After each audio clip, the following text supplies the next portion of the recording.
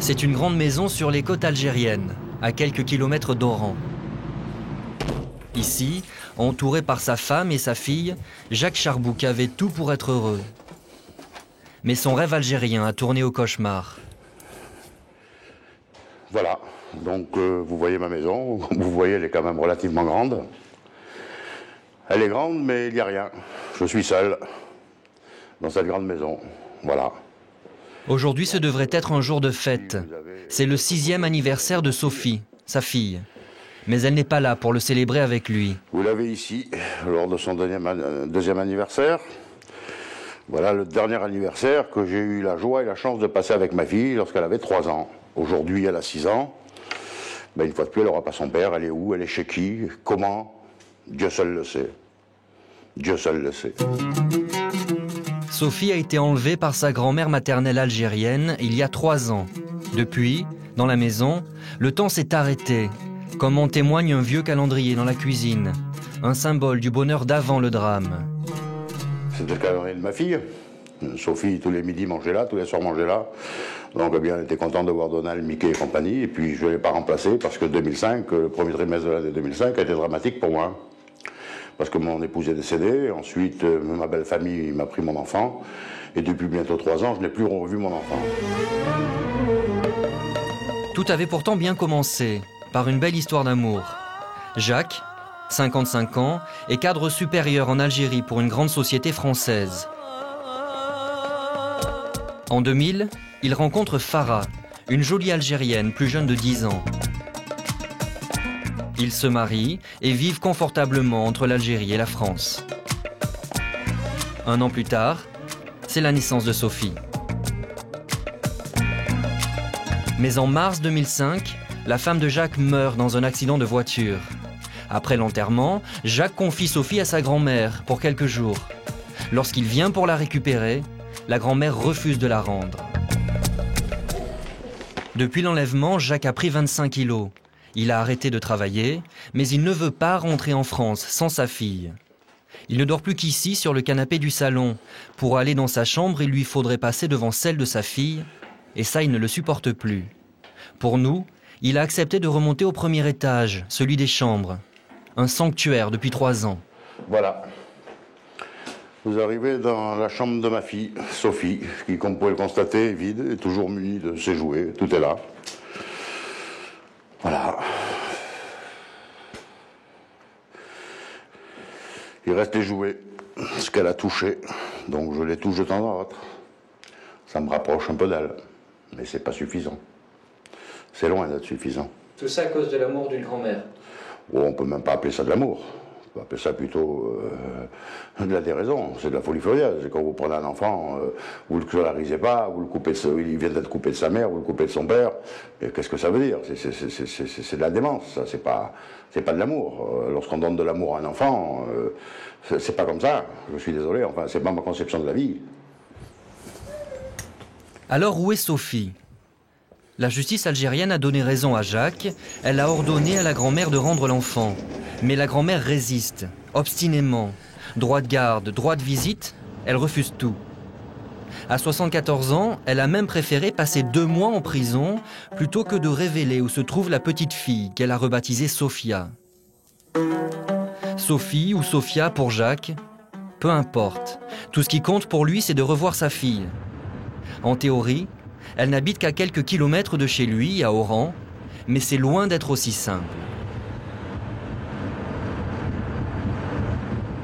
On arrive au quartier Gambetta, où ma fille est censée être, en l'occurrence, au domicile de mon ex-belle-mère.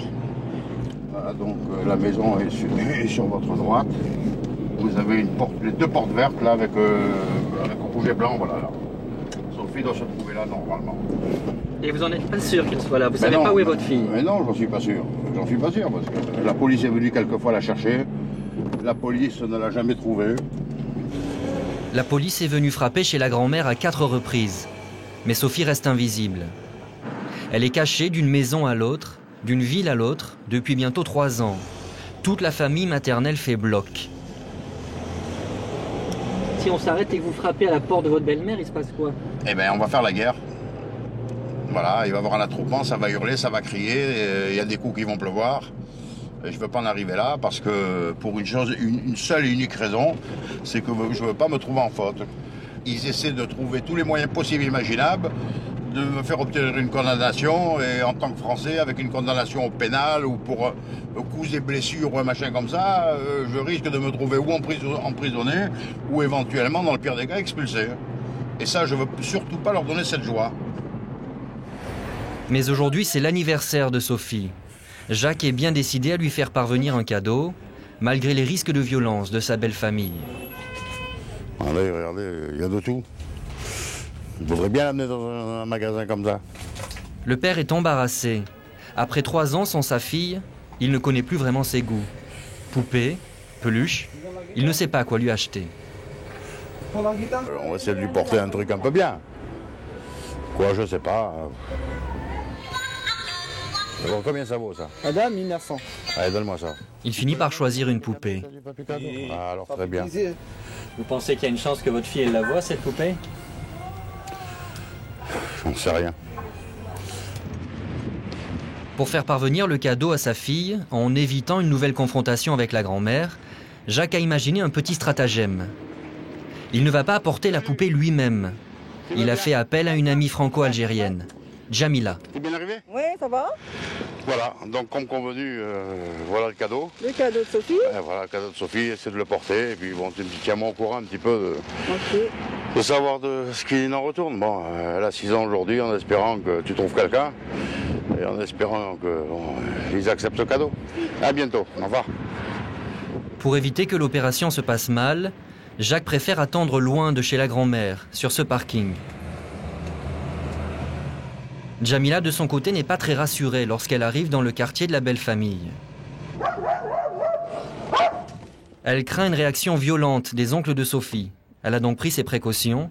Elle a demandé à 2 amis de l'escorter. D'une terrasse voisine, on voit la cour intérieure de la maison. Aucun signe de Sophie. Jamila laisse ses 2 amis gérer la situation. Cette femme est une des tantes de Sophie.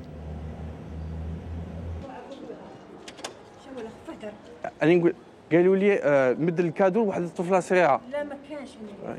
ادي بارك يدي الكادو. Vous savez, ils lui ont fait ça de toute façon. Toute sa vie, ils lui ont fait ça. Malgré plusieurs coups de sonnette, la porte reste fermée.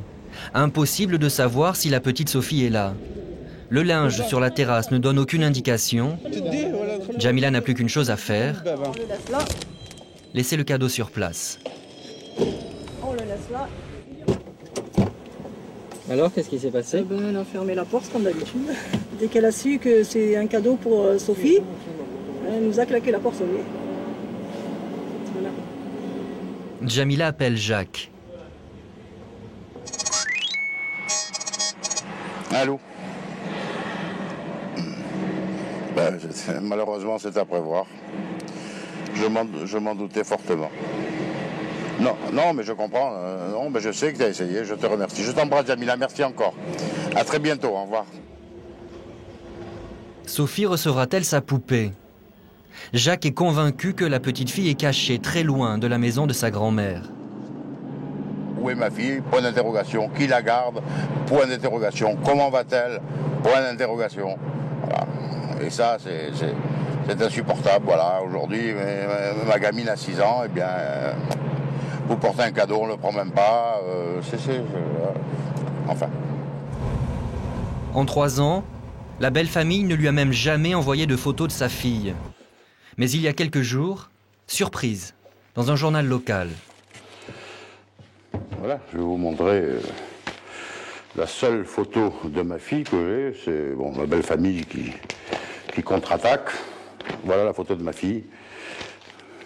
Il doit avoir à peu près 5 ans ou quelque chose comme ça. Voilà. À défaut d'avoir eu gain de cause au tribunal, la grand-mère essaie de rallier l'opinion publique algérienne à sa cause. Dans une lettre ouverte au journal, elle affirme que Jacques est un imposteur, qu'il n'est pas le père de Sophie. Elle dénonce ce Français qui veut évangéliser une petite musulmane.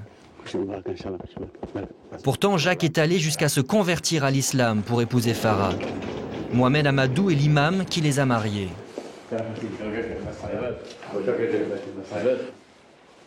Ouais, là, elle a 3 ans. Là, elle a 3 ans. Jacques ne parle que quelques mots d'arabe. Cet homme à droite est un ami. Il est venu pour traduire. Aujourd'hui, elle a eu 6 ans. Le religieux accepte de jouer les intermédiaires entre le français et sa belle famille algérienne. Il s'est même rendu sur place, chez la grand-mère. On a demandé à la famille « Pourquoi vous ne laissez pas la petite aller chez son père ?